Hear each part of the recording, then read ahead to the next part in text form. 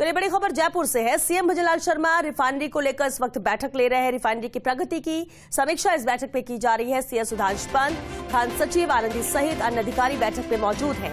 अवैध खनन की रोकथाम के अभियान की प्रगति की भी समीक्षा यहां पर संभव है। माना जा रहा है, संभावना जताई जा रही है कि अवैध खनन की रोकथाम को लेकर भी जो अभियान चल रहा है उसकी क्या प्रगति है, क्या रफ्तार है, उसे लेकर भी समीक्षा इस बैठक में की जा सकती है। संभावनाएं जताई जा रही है, लेकिन बेहद अहम है जहां रिफाइनरी को लेकर ये बैठक है। मुख्यमंत्री भजनलाल शर्मा ये बैठक ले रहे हैं। रिफाइनरी की प्रगति की यहां पर समीक्षा की जा रही है। मुख्यमंत्री के अलावा इस बैठक पे खासतौर से मौजूद है सीएस सुधांशु पंत, खान सचिव आनंदी सहित अन्य अधिकारी भी बैठक में शामिल हुए हैं।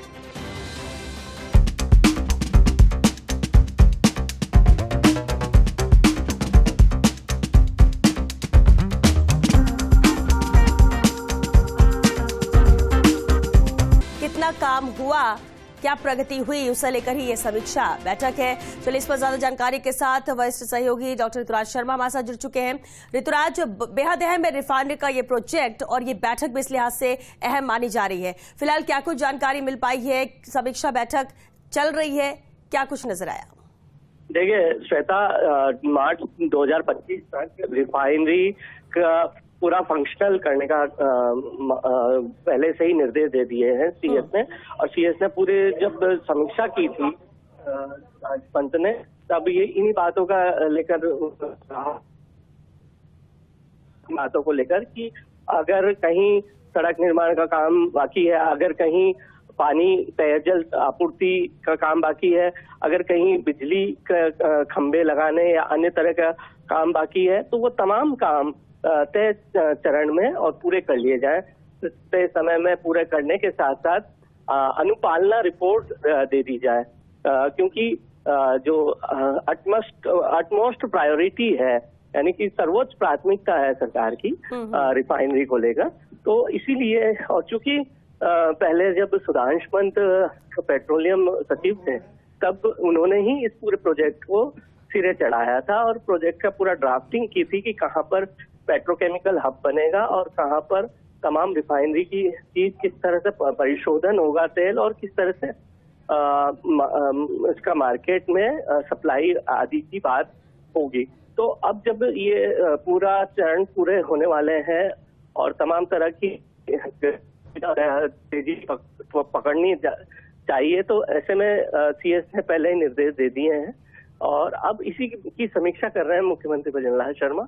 और साथ ही साथ ये भी है कि अवैध खनन की रोकथाम के लिए जिस तरह के अभियान चलाया सरकार ने, उसकी क्या फीडबैक रहा है, उसको लेकर भी यहाँ पर विचार विमर्श हो रहा है।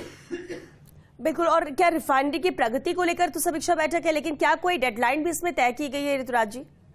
देखिए, मार्च 2025 डेडलाइन तय कर दी गई थी पहले ही। मुख्य सचिव सुधांशु पंत ने जब पेट्रोलियम सचिव के साथ बैठक ली थी और तमाम जो अधिकारी थे बोर्ड ऑफ डायरेक्टर, क्योंकि कंपनी एक बना दी गई है तो रिफाइनरी को लेकर, और कंपनी के सारे बोर्ड ऑफ डायरेक्टर्स थे, बीसी के जरिए जुड़े थे, और उसमें ये डेडलाइन दे दी गई थी कि किसी भी कीमत पर ये आगे यह नहीं सुनना चाहेंगे कि किसी कारणवश काम रुक गया या काम पूरा नहीं हो पाया। तो ये खास निर्देश दिए गए थे और इसी वजह से जो प्रगति है वो तेजी आई। और इसमें मुख्यमंत्री स्तर पर अब आज क्या निर्देश दिए जाएंगे, ये देखने वाली बात होगी, क्योंकि मुख्यमंत्री के स्तर पर भी समीक्षा जरूरी थी, क्योंकि मुख्यमंत्री खुद भी चाह रहे थे कि ये जो तमाम पेट्रोकेमिकल हब है